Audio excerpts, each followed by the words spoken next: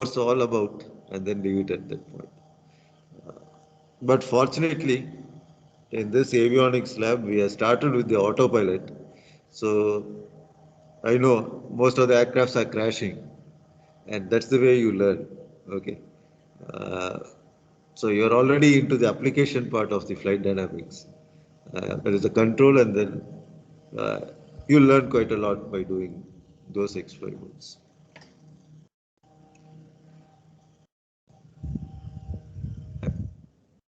Now, again, Bloom's taxonomy, where we are going to pitch the course, it will be somewhere here, okay? Application part of it. First of all, understand the basic concept, then apply it for real life application. That's what you're trying to do in your avionics lab.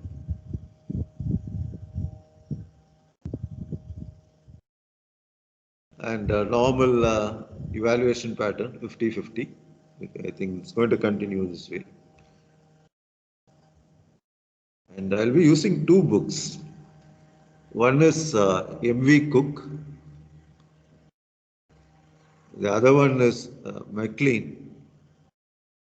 So both are available in LibGen. You can always download. And Indian edition of Flight Dynamics is around 500 rupees. I think it's the third edition that has come out. Okay, if someone is really interested into going into this flight controls domain, probably you can buy one. Uh, but the problem with this subject, like any other aero subject, is nomenclature. Okay, so the nomenclature page is there in MV Cook, probably around 3-4 pages. Probably you'll have to take a printout of it and then keep it with you while reading the book. So otherwise it becomes quite tedious. Okay, to keep track of things. So module 1 and 2 and to extend module 3 will be from this book. There is something called as active control technology, ACT. That will be in module 3. Okay. Uh, for that we'll be using this McLean, and that too. What I found was it's too much for a 3 credit course to get into active control technology. At the most, I'll just tell you that, okay, this is where the information is available, and then leave it at that. Or if we can get some good speakers from some research institutes, then we can ask them to give some guest lecture. The problem with the ACT is it's all confidential. Okay, so not much of literature is available in the open domain. So whatever is available in McLean is the end of it. And McLean was published, I think, way back in the 80s. Nothing much has come out of this literature so far. But all aircrafts are using active control technology. Probably because of commercial reasons, no one is parting with the actual theory behind all these things. Let's see how to go about it. Try to make it interesting. Okay, so two books and mainly M.V. Cook. Okay, why I've chosen M.V. Cook is one is he's from Cranfield, and he's still an active professor and keeps updating the book. Whereas there are other books like Nelson, Atkins, and all. It was written way back in 50s, and no one has really updated those books. So better we go for something which is current. And as I told you in the avionics lab, uh, it is a proper European notation. Language is Britishers language, so reading is much easier, and the print also is really good. Okay. You people must have used Nelson in your flight mechanics, and you would have found how difficult it is, and so many errors. Okay. So it's better we go for this MV Cook. And all top international universities, they follow MV Cook only for flight dynamics.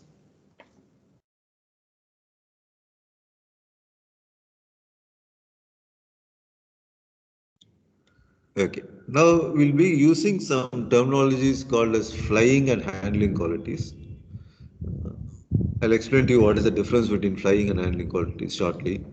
But it's basically for both for safety as well as to make the piloting task simpler or easier. Okay. The problem with this particular course is there is always a fight between a pure aerodynamist and a control engineer. The aerodynamics guy always thought that it is his domain and he should not do anything about control. And control engineer thought, why I should worry about flight dynamics. So these two domains really did not, there was no synergy between these two domains. And that's why up to 60s, there was a real watertight compartment between these two domains.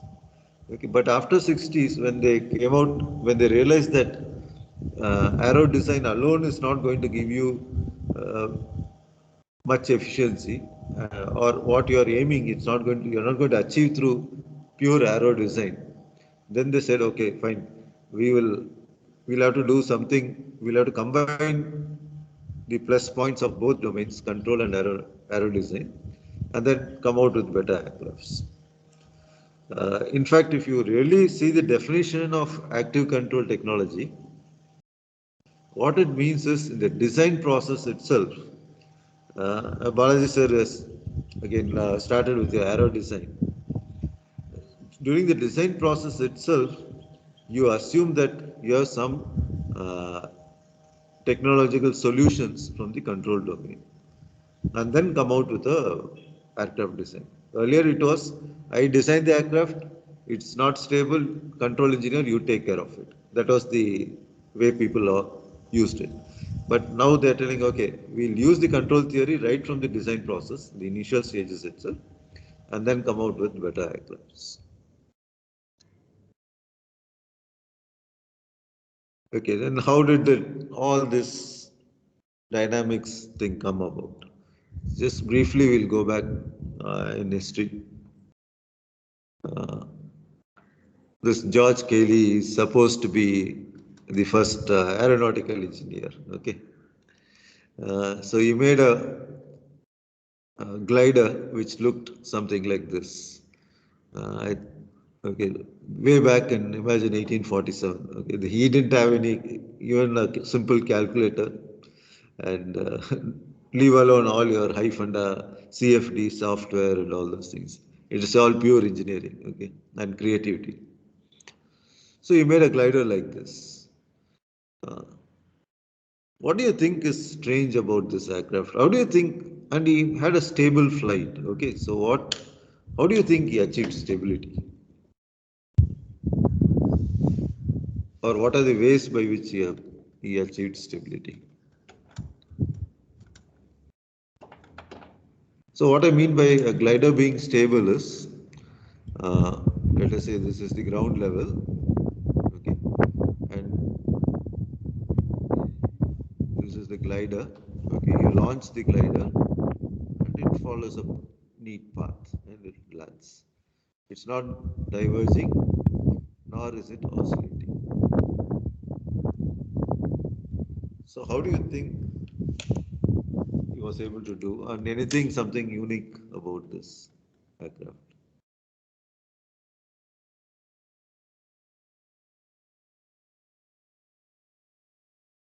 It's open to the class, okay? Not. Sir, he found out the CG and maybe fitted the fuselage properly with respect to the CG. So therefore it doesn't oscillate. It's not neither tail heavy nor nose heavy. He found a correct position for him to sit. Okay, so the CG should be in front of what? To make it stable? Because you have In finished front static. of the in front of the aerodynamic center. Front of the aerodynamic center or something more? The Longitude. step, the slope should be negative. The angle of attack versus the moment. CM alpha or CL alpha, that's Yes. fine. Yes, sir. CM alpha, okay. Yes, sir. Basically CM alpha. Yeah, not CL, sorry. Yeah, but you told me before the aerodynamic center, uh, anyone in the class wants to correct him So or is it add to? neutron? Yeah, Sanjeev? So neutral point, sir. Neutral point, yeah. It should be in front of the neutral point. Okay. That's more precise way of defining, so that it ensures that if the aircraft pitches up, the correcting moment will put the nose down. Okay. So it becomes stable. It will go to its equilibrium condition. Okay. Um, so probably you must have the neutral point, if it is somewhere here, you must have kept the CG somewhere here. Okay. So that longitudinally it is stable. Uh, Anything else you find very unique about this? So the platform areas. Platform area. So it looks like some weird platform. Okay. Yes. Something like this, like a diamond, huh? Almost. Do you think it's going to affect the longitudinal stability? This, I don't know. So no, sir, it won't affect. Probably this somewhat a kite-like tail plane, because that's going to affect your neutral point. That's giving some sort of stability, right? How about lateral and directional stability? So he has a high wing, sir. So it's High wing, high right? wing So is stable configuration. yeah, so if you look at the end view, I think the aircraft is something like this, right? Wing is here at the top. Uh, any other name? Some ja frequently used name for high wing stability?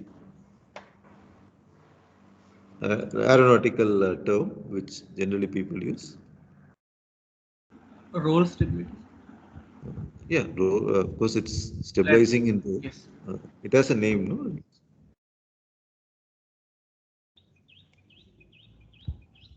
So it's called pendulum stability. Okay, so it's just like a pendulum. Okay, tries to come back to its position.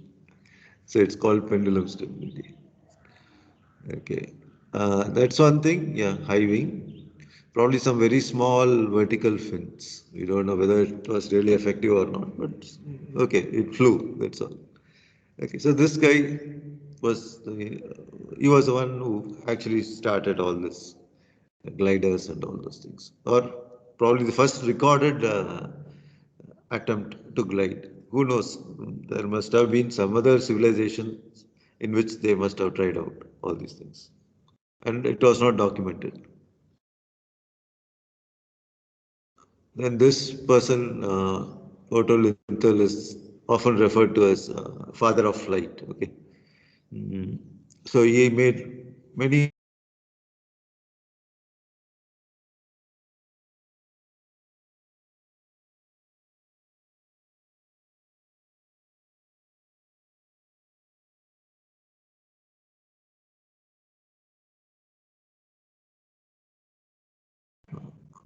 Why do you think, or okay, or why do you think these biplanes are gone out of uh, use, or still you feel that biplanes could be used? Advantages and disadvantages. So disadvantage is one of the disadvantages weight, sir. It adds extra weight to the aircraft. Adds, okay, And also drag due to the struts to join. okay. Sanjeev says that it's going to add extra weight to the aircraft. Okay, so I'm just drawing the front view. So the same, but let's assume the wing area has to be same and aspect ratio is same. If it's a monoplane, it's going to be something like this. And if it's a biplane, it's going to be like this because it's going to be half span. Now I want the class to tell me whether structurally the biplane is better or the monoplane is better. No biplane is better because there are no what do you say? There is stresses at the roots, extra. Uh, so the bending moment at the root chord is much lesser. Not you can't say no, but it is there, right? But lesser compared to a monoplane. Yes, sir. Yes. Because after all, it's a moment, right? Distance into force. Huh? So Obviously, it is less. Yes, Vignesh was telling there is drag issues. Okay, you're going to have interference between the top and the bottom wings. Probably it was okay for low speed aircrafts, but when you want better performance, I think a monoplane will be better. But still, even now people do design biplanes, biplanes, triplanes, even planes with maybe having 8 wings also. They all flown such things. And this is your familiar Wright aircraft. Uh, how did Wright achieve stability, longitudinal stability? What was unique in this aircraft? They use sticks, I guess. Sorry. Use sticks to control surfaces. So you are the first person to realize the importance of controls. Okay. Others tried to fly without controlling it. Now this person uh, was able to control the aircraft. But before control, how do you think it became, he achieved longitudinal stability?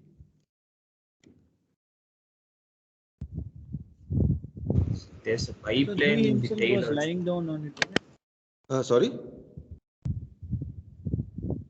So he himself was lying down on it while flying.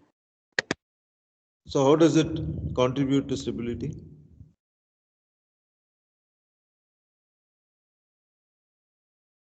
Since he's lying on the The front, CM it about doesn't CG was make it zero. pitch up. Sorry? Yeah, Vignesh? Since he's putting some weight, because of that, it doesn't allow it to pitch up. No, that is quite dicey, But right? like he adjusted in such a way that CM about CG is zero.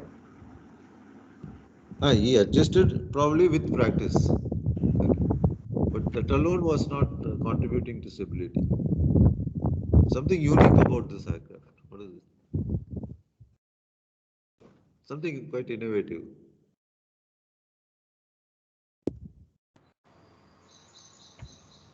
He used canards. Yes, sir. So yeah, that's a fun. He used it in forward because he was afraid he could die because of autolinear. He died Yeah, pitching he down. died. Huh? So he used this as a protection system. It's a crash, Yeah, crash protection. crash protein. My God. Okay, good explanation. Uh, but do you think the canard stabilizes the aircraft longitudinally, or it No, sir. It dest- destabilizes. destabilizes? Yes, that's. Then where do you use these canards? If it's going to destabilize, where, what sort of aircrafts you If you use have canards? high nose down pitching movement, then cannot helps to pitch. No, what sort of aircrafts would you? Now you're doing aero design, right? So, what sort of aircrafts would you like to use canards? Because it is destabilizing it. Fighter. Fighters, obviously, you want it to be as agile as possible. So, you don't want more stability. More this aircraft is more stable, the problem becomes the maneuverability. It becomes less maneuverable. So, canards are used. Okay. Any other advantage of canard other than destabilizing it in, of course, in a negative sense? Contributes to the business. It contributes to the lift. Okay. Otherwise, a conventional tailplane gives a negative lift, whereas this gives a positive lift. So, obviously, your takeoff and landing speeds are going to be less. So, if you look at it, Wright brothers used a canard. They used a vertical tail. Okay, at the back side you can see some tail structures, some vertical tails, and they use something called warp. What is warp? Changing the shape of the wings. Yeah, very good. So they what we use as nowadays we use ailerons. So they used warping is nothing but bending at the edges. Okay. So some mechanical arrangement by which you can actually change the shape of the edges, and that function like a aileron. And it's supposed to be one of the most unstable aircrafts.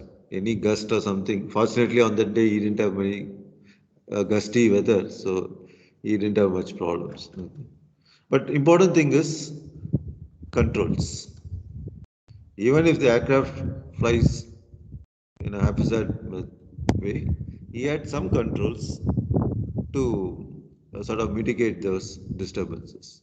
So that's how he was successful flying the first aircraft. But because otherwise, also others had similar engines. They knew something about airfoils, but this person was able to achieve it because he knew that you realized that aircraft should be controlled. Okay, it cannot fly just like that.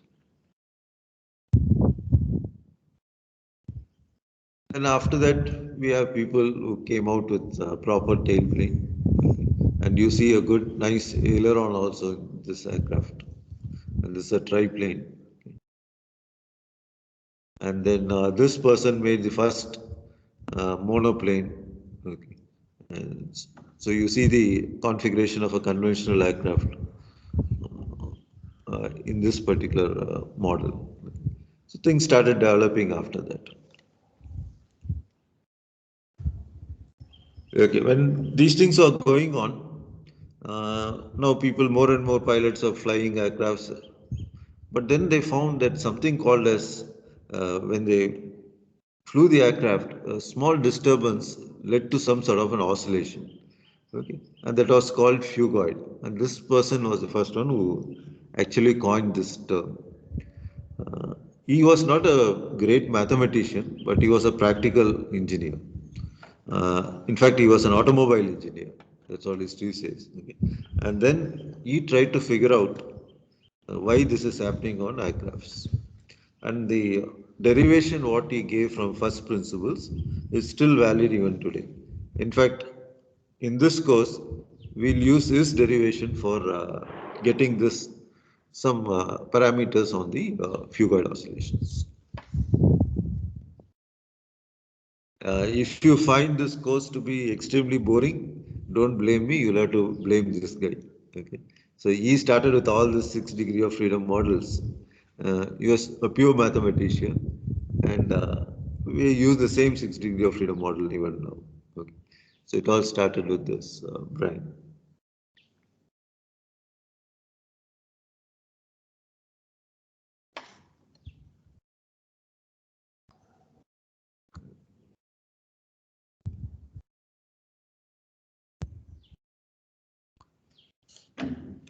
Okay. Now, this question normally everyone asks is dynamics versus what is dynamics and what is statics. Statics, there is no time dependent term. Dynamics, there is a time dependent term. As simple as it.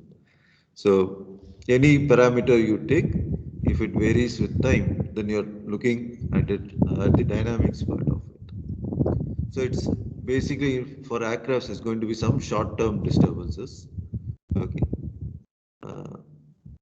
Again, it's a relative thing. What is short term? Hours or seconds or milliseconds? That we'll see later. Okay. But it's something which is having time dependence. Some parameter which is having time dependence. That becomes the dynamics part of it. And in this course, our study will be limited to small perturbations. Small perturbations means about the equilibrium condition, if there's a small change, or how the aircraft behaves.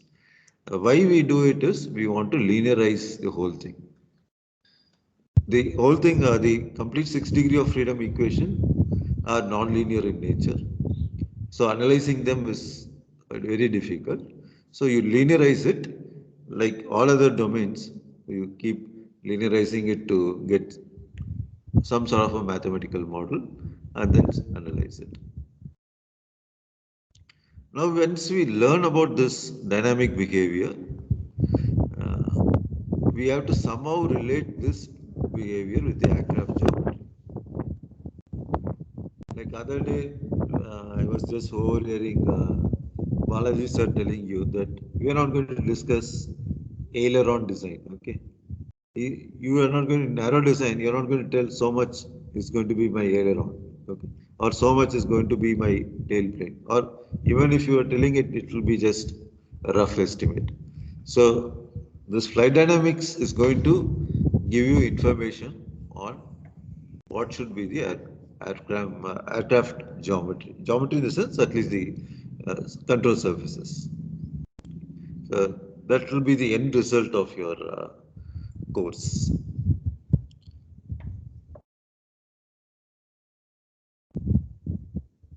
So how do we proceed with this course? First of all, we will have to derive a mathematical model of the aircraft. And what is that mathematical model? What you are doing in your MATLAB. Okay. So when you say Skyhawk is a box which is given in MATLAB, and you give some input and you look at some output. So what is this box is what we are going to find out. And we'll have to come out with some mathematical model. And that mathematical model, because we are going to use control theory, is going to be in the form of transfer function. It can be state space also, but let's limit it to transfer function as of now. So you must get a transfer function model for different inputs and look at different outputs. Okay, now you got a mathematical model. You'll have to analyze how it's going to fly.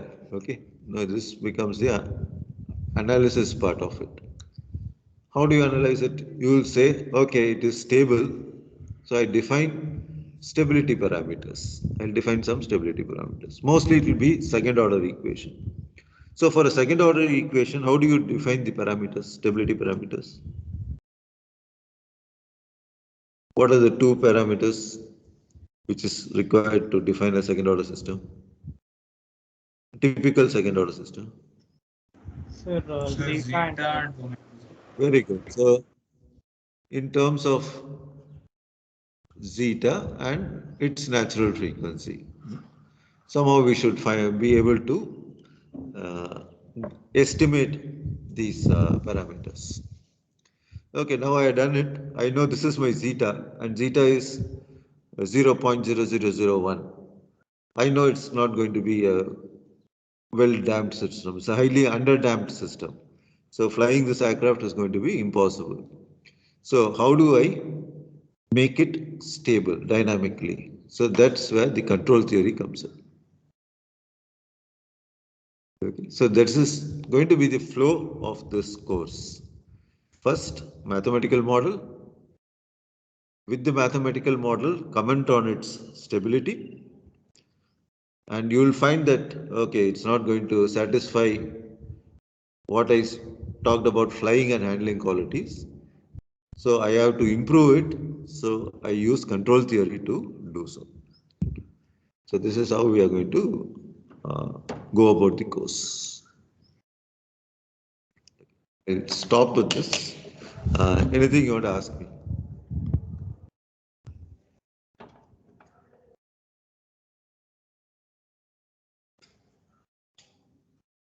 Excuse me, sir. Yeah.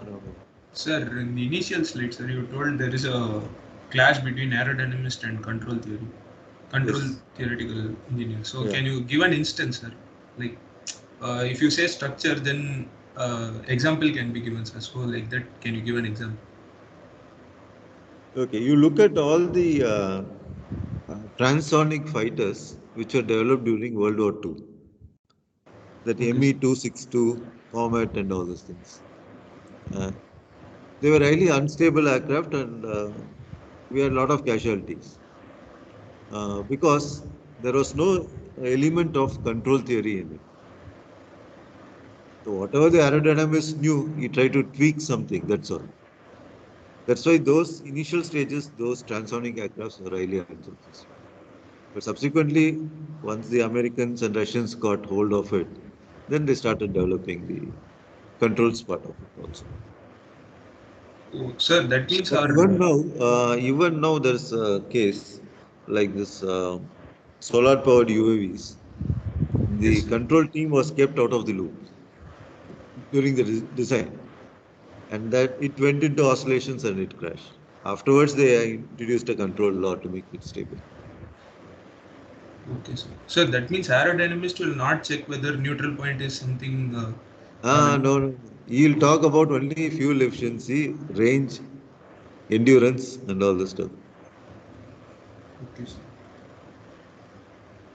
That is a problem. And what better example? Even now, the DRDO guys work like that only. Yes, sir. You tell me, all this UAVs, Rastom and all, they keep crashing, which probably means that there is no communication between two teams. The issue is it's my personal opinion. People in the aero domain thought that controls means it's an electronic subject, which is definitely not an electronic subject. Okay, it's like any other mathematical subject. It can be used in any domain, but Yes, sir. can't help because the origins of the final end product is something electronic. Okay, when you actually put hardware blocks, it becomes electronic. Probably that's why people are reluctant to study that.